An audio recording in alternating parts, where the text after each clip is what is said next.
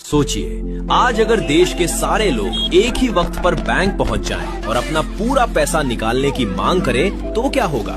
शायद आप कहेंगे बैंक हमें हमारा पैसा दे देगा। गहरा सच, बैंक आपको आपका पैसा नहीं दे पाएगा। बैंक क्या, सरकार भी नहीं दे पाएगी, क्योंकि वो पैसा दुनिया में मौजूद ही नहीं है। जी हाँ, आज हम डिजिटल पेमेंट की नहीं बल्कि उस डिजिटल भ्रम की बात करेंगे जिस पर पूरी दुनिया की इकोनॉमी टिकी है। आज हम जानेंगे फ्रैक्शनल रिजर्व बैंकिंग का वो सच जो आपको स्कूल में नहीं पढ़ाया गया। हमें लगता है कि डिजिटल पैसा फिजिकल कैश का ही एक रूप है, लेकिन सच ये है दुनिया का 97% पैसा सिर्फ कंप्यूटर सर्वर्स पर डिजिटल नंबर्स के रूप में मौजूद है। केवल 3% पैसा ही सिक्कों और नोटों के रूप में है। अब सुनिए सबसे बड़ा फैक्ट, जब आप बैंक में 100 रुपए जमा करते हैं तो बैंक उस 100 रुपए को लॉकर में नहीं रखता।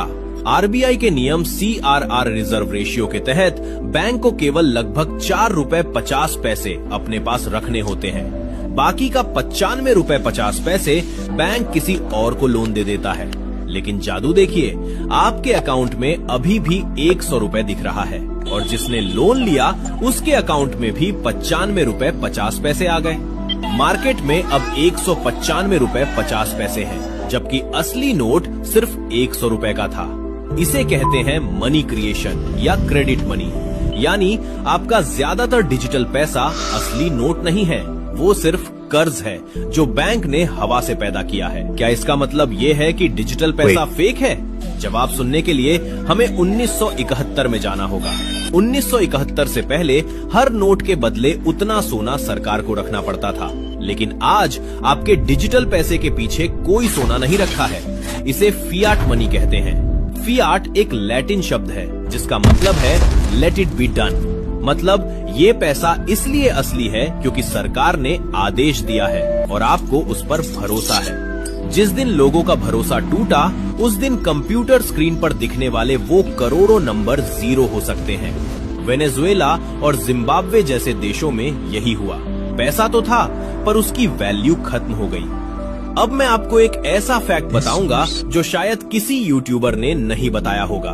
भारत ने जो CBDC लॉन्च किया है उसमें एक फीचर है जिसे कहते हैं प्रोग्रामेबल मनी। इसे ध्यान से समझिए।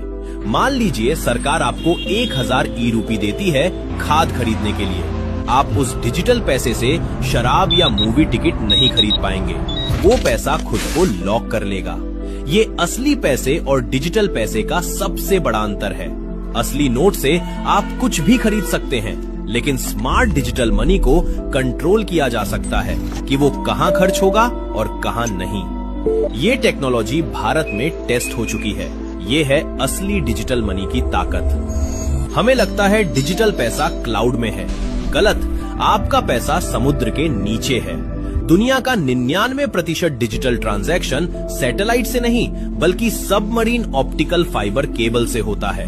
अगर कोई देश किसी दुश्मन देश की ये केबल्स काट दे तो उस देश का $1 ट्रिलियन का डिजिटल पैसा 1 सेकंड में फ्रीज हो जाएगा। आप दूध का पैकेट भी नहीं खरीद पाएंगे। यानी डिजिटल पैसा अमर नहीं है, ये फिजिकल तारों के भरोसे चल रहा है। तो क्या हम डर जाएं? नहीं, ये सिस्टम फेक नहीं है, ये एक सहमति है। पूरी दुनिया इसी सिस्टम पर चल रही है। सच्चाई ये है कि डिजिटल पैसा कैश से ज्यादा पावरफुल है क्योंकि इसकी रफ्तार ही इसकी वैल्यू है।